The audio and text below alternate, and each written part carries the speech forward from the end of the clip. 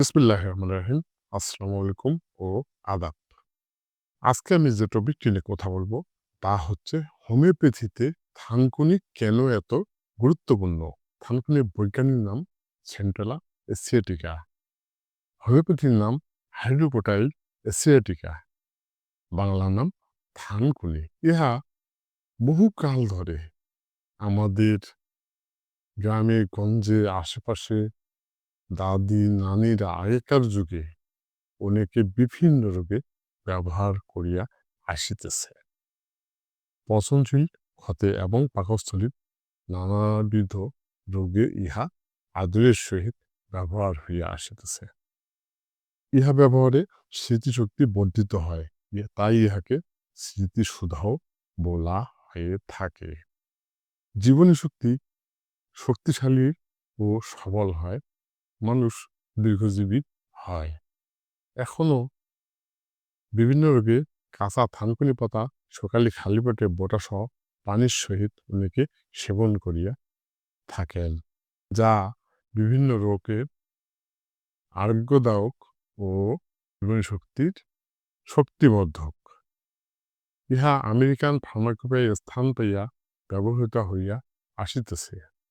এর হোমিওপ্যাথিতে প্রয়োগ লক্ষণ। মন মন নিয়ে যদি একটু আলোচনা করি তাহলে বলতে হয় ইহা রোগী একাকী থাকিতে চায়, কিন্তু একাকী থাকিতে ভয় পায়। অত্যন্ত চিন্তাযুক্ত মন। এবারে মাথা, দুর্বলতার সহিত মাথা বেদনা এবং মাথা ঘোরা, মাথার পশ্চাৎ দিকে বেদনা।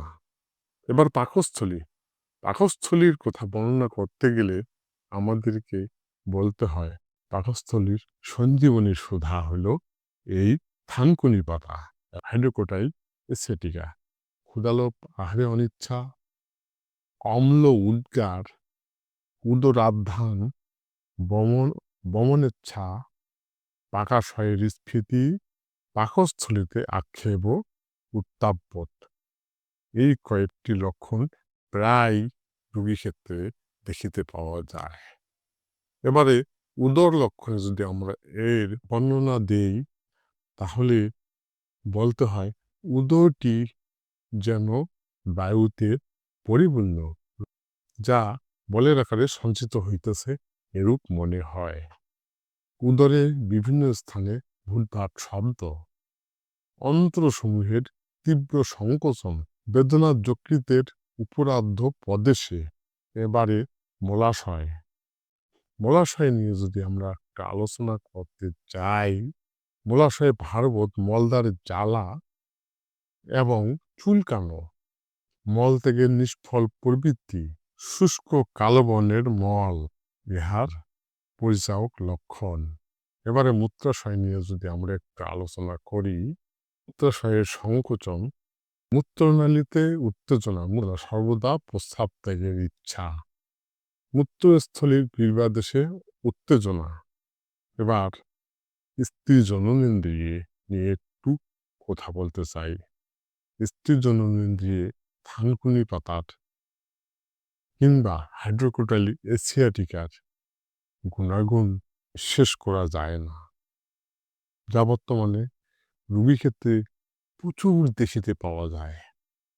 যোনির মধ্যে অত্যন্ত চুলকানি এবং জোড়াউতে ভারবোধ, উত্তাপবোধ, যোনির মধ্যে অত্যন্ত চুলকানি, যোনি ও জোড়াউতে বেদনা, ভারবোধ, উত্তাপবোধ, বেদনা, ছেদপদর, ডিম্বকোষে বেদনা, জোড়াউ প্রদেশে প্রসববৎ বেদনা প্রভৃতি লক্ষণে হাইড্রোকোটাইল এসিয়াটিকা স্ত্রী পীড়ায় ব্যবহৃত হয়ে থাকে।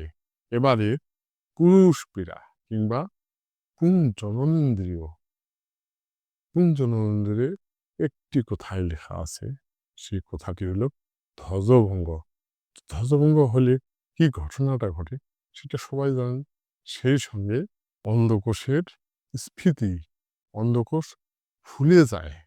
এবারে আসি চর্ম, চর্মরোগের চর্মরোগে ব্যবহার করতে গেলে প্রথমে চর্মের আরক্ততা ও স্ফীতি মৎস্য শল্কের ন্যায় পরামর্শযুক্ত ধারসহ চর্মরোগে গোলাকার দাগ, পায়ে হরিদ্রাপ দাগ, মুখমণ্ডল, গ্রীবা, বক্ষ, বাহু, উরু এবং পৃষ্ঠে অত্যন্ত কণ্ডুয়ন ও প্রচুর ঘর্মসহ ইরিথিমা নামক এক চর্মরোগ এই হাইড্রোক্যাটাইল এসিয়াটিকায় দেখিতে পাওয়া যায়। এবারে আসি জ্বরে। জ্বরে হাইড্রোক্যাটাইল এসিয়াটিকা অত্যন্ত আদরের সহিত ব্যবহার হয়ে থাকে। জ্বর বিকালের দিকে বৃদ্ধি হয় এবং কম্প দিয়ে জ্বর আসে। হাত পা ঠান্ডা হয়, হাত ও বাম পায়ে শিরশির বোধ, ঘর্ষণে উপশম হয়, গাত্রত্বক ও মুখমণ্ডলে প্রচুর ঘাম ও উত্তাপ বোধ। এবারে হাইড্রোক্যাটাইল এসিয়াটিকা স্নায়ু ও মানসিক সমস্যার যে কাজ করে তা বর্ণনা করছে। স্নায়ু শক্তিশালী করে, অনিদ্রা, অস্থিরতা ও নার্ভাসনেস কমায়, মানসিক শান্তি আনে। রক্তচাপ ও হৃদরোগের জন্য হাইড্রোক্যাটাইল এসিয়াটিকা কিংবা থানকুনির কার্যকারিতা অত্যন্ত। চাপ নিয়ন্ত্রণে সহায়ক, রক্ত সঞ্চালন উন্নত করে, হৃদযন্ত্র সুস্থ রাখতে সহায়তা করে। এই হাইড্রোক্যাটাইল এসিয়াটিকা ডায়াবেটিস রোগে সহায়ক ভূমিকা পালন করে, রক্তে শর্করার মাত্রা নিয়ন্ত্রণ করে, তাই ডায়াবেটিস রোগীর জন্য অত্যন্ত উপকারী। অর্থাৎ মানব জীবন নিরোগ রাখতে ও জীবনী শক্তি সবল ও শক্তিশালী রাখতে থানকুনি কিংবা হাইড্রোক্যাটাইল এসিয়াটিকা একটি অমৃত সঞ্জীবনী সুধার মতো কাজ করে থাকে। পরীক্ষা করবেন। হোমিওপ্যাথি মতে এর 2x 3x শক্তি অধিক ব্যবহৃত হইয়া থাকে।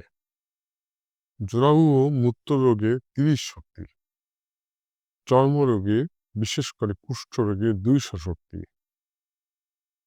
অধিক উপকারী। আজ এ পর্যন্তই।